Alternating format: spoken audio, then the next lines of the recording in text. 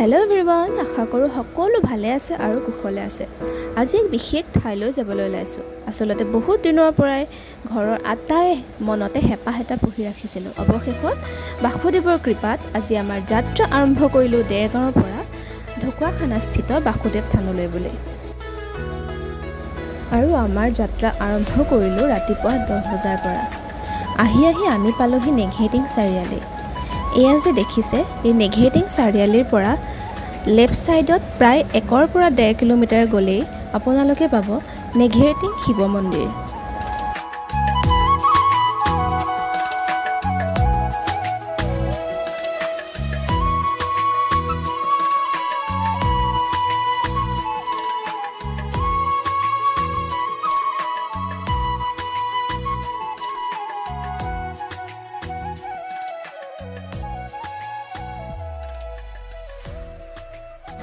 যিহেতু আমি এতিয়া কাকডোঙা পাৰ হৈ মৌবন্ধা পাইছোঁহি, আৰু ময়ো ভাবিলোঁ যে আপোনালোকক এবাৰ চাওলুং চুকাফা সমন্বয় ক্ষেত্ৰখন দেখুৱাই দিছোঁ। আৰু এয়া হৈছে যোৰহাট মৌবন্ধাত নিৰ্মাণ কৰা চাওলুং চুকাফা সমন্বয় ক্ষেত্ৰ। আৰু এয়া আমি আহি পালোহি যোৰহাটৰ ৰিচাৰ্জ, আৰু এই ভাগ হৈছে যোৰহাটৰ ৰিচাৰ্জত থকা শিৱ মন্দিৰ। ফাইনেলি আমি যোৰহাট আহি পালোঁ, আৰু আমি বাইপাছ হৈ আহিছোঁ কাৰণ টাউনত বহুত ভিৰ লাগে আৰু বহুত সময় ৰ'ব লাগে, আৰু আমাৰো বহুত দূৰ যাব লগা আছে। আৰু এইখন দেখিছেনে ভোগদৈ নদী। বৰ্তমান আমি পাইছোঁহি যোৰহাটৰ মেলেং আৰু লাডুৰগড় চাৰিআলি। লাডুৰগড় চাৰিআলিৰ এই বাওঁফালেদি প্ৰায় 5 কিলোমিটাৰ গ'লেই মইনাপুৰীয়া নামঘৰ পাইগৈ।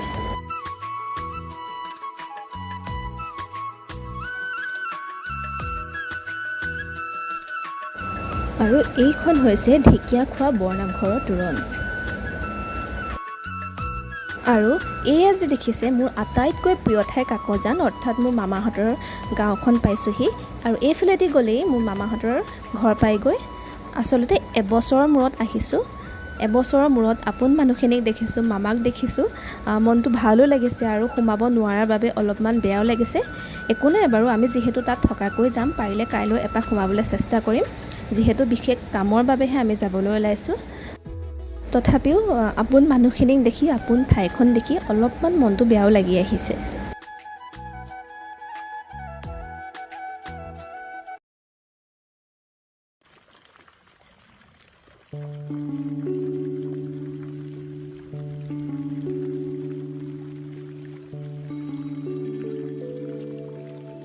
বৰ্তমান আমি শিৱসাগৰ জিলাত সোমালোঁ, আৰু এই দলংখন হৈছে আহোম ৰজা ৰুদ্ৰসিংহৰ দিনত নিৰ্মাণ কৰা নামদাঙৰ শিলৰ সাঁকো।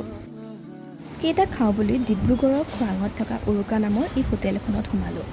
হোটেলখনৰ ইণ্টেৰিয়ৰ ডিজাইনটো বিৰাট বেছি ধুনীয়া। ভাতকেইটা খোৱাৰ আগত একাপ চাহ খাই ল'লোঁ, আৰু খুব ধুনীয়াকৈ ভাত সাজ খালোঁ। মই হোটেলখনৰ পৰিৱেশটো এবাৰ দেখাই দিবলৈ চেষ্টা কৰিম। হোটেলখনত বিভিন্ন ধৰণৰ ট্ৰেডিশ্যনেল ফুডৰ লগতে বইল ফুডো এভেইলেবল আছে।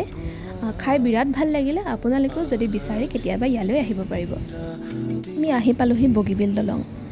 আজি বতৰটো বিৰাট ভাল, যদিও বহুত বেছি গৰম, তথাপিও ভাবিলোঁ কেইখনমান ফটো তুলি লওঁ আৰু লগতে বগীবিলৰ পৰিৱেশটো উপভোগ কৰোঁ। আৰু বগীবিলৰ পৰিৱেশ উপভোগ কৰি কেইখনমান ফটো তুলি পুনৰ আমাৰ যাত্ৰা বাসুদেৱ থানৰ দিশে আৰম্ভ কৰিলোঁ।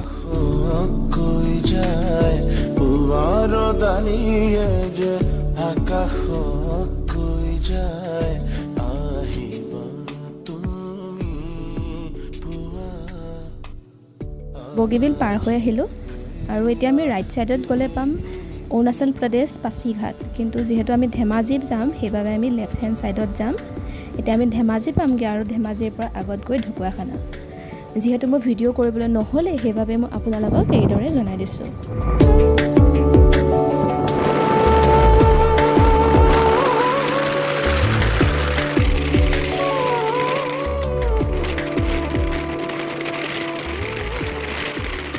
এইখন হৈছে ঢকুৱাখানা টাউন, আৰু এই ঢকুৱাখানা টাউনৰ পৰা ৰাইট ছাইডেদি 16 পৰা 17 কিলোমিটাৰ গ'লেই আমি পাম বাসুদেৱ থান।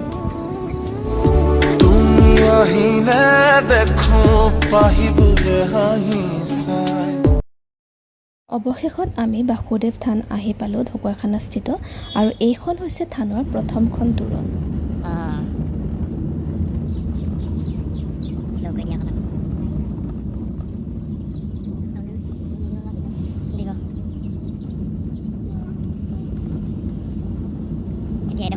কিমানেই বাৰু বৰ্তমান?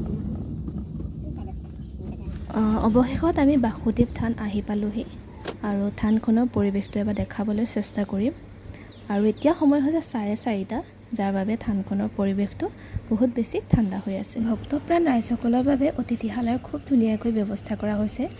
ইয়াত যদি কোনো ভক্তই থকাকৈ আহিব বিচাৰে তেতিয়াহ'লে এই অতিথিশালাতে থাকিব পাৰিব। আমিও যিহেতু বিশেষ কামত থকাকৈ আহিছোঁ, আজি নিশাটো ইয়াতে কটাম। লগতে খোৱা বোৱাৰ ব্যৱস্থাও ইয়াত খুব ধুনীয়াকৈ কৰি দিয়া হৈছে।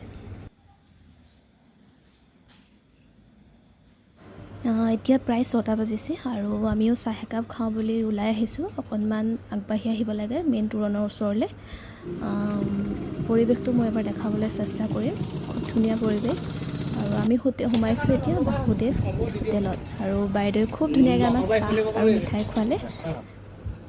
চাহ মিঠাই খাই ল'লোঁ আৰু অলপমান ফুৰি লৈ পুনৰ আমি থানৰ দিশে আহিছোঁ, যিহেতু আমি ইয়াতে থাকিম। আৰু মই এবাৰ থানখনৰ ৰাতিৰ পৰিৱেশটো দেখুৱাই দিবলৈ চেষ্টা কৰিছোঁ।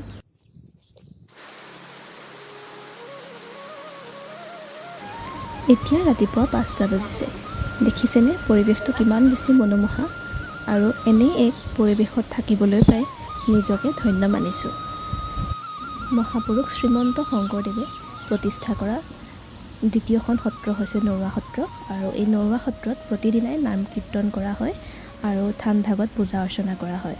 আমাৰ যিহেতু শৰাই এখনো আগবঢ়াবলৈ আছিলে আৰু লগতে গোসাঁইকো দৰ্শন কৰিবলৈ বুলি আমি এয়া যাবলৈ ওলাইছোঁ।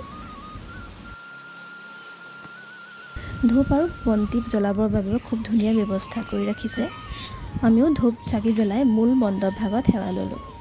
লগতে বাসুদেৱ থানৰ এই নৰুৱা সত্ৰভাগৰ নামঘৰটো নাম কীৰ্তনত অলপ সময় ৰ'লোঁ। যিহেতু এক বিশেষ কামৰ বাবে আহিছিলোঁ, সেইবাবে বহু বেছি ভিডিঅ' বনাবলৈ নহ'ল। আৰু যিসকলে আহিছে তেওঁলোকে গম পাবই, মন প্ৰাণ পবিত্ৰ হৈ উঠা এখন থান। আৰু যিসকল অহা নাই তেওঁলোকো এবাৰ আহিবচোন। আমিও আমাৰ কৰিবলগীয়া সকলোখিনি কৰি উত্তৰ অসমৰ আটাইতকৈ জনপ্ৰিয়, জাগ্ৰত আৰু ভক্তৰ ভিৰ হোৱা বাসুদেৱ থানলৈ আহি মনৰ সকলো বাঞ্ছা পূৰণ হোৱাৰ কামনাৰে আৰু আকৌ এদিন অহাৰ কামনাৰে লগতে এদিনৰ স্মৃতি মনত লৈ আকৌ দেৰগাঁৱলৈ বুলি যাত্ৰা আৰম্ভ কৰিলোঁ। ঢকুৱাখানাৰ পৰা আহি আমি পালোঁহি জাজি, আৰু ভাবিলোঁ জাজি ধাবাতে ভাতকেইটা খাই লওঁ। আৰু ভাতকেইটা খাই লৈ ধাবাৰ ছাইডতে অলপ দেৰি বহিলোঁ। খুব ধুনীয়া বতাহ মাৰি আছিলে। কেতিয়ানো 1 ঘণ্টা 1.5 ঘণ্টা সময় গ'ল গমেই নাপালোঁ। কথা পাতি আমি আকৌ দেৰগাঁও অভিমুখে যাত্ৰা আৰম্ভ কৰিলোঁ। ভিডিঅ'টো কেনেকুৱা পালে জনাব দেই। যদি ভাল পায় কমেণ্ট কৰিব, লাইক কৰিব আৰু লগতে মোৰ চেনেলটো ছাবস্ক্ৰাইব কৰিবলৈ নাপাহৰিব। চ' আজিলৈ আহিছোঁ, ধন্যবাদ।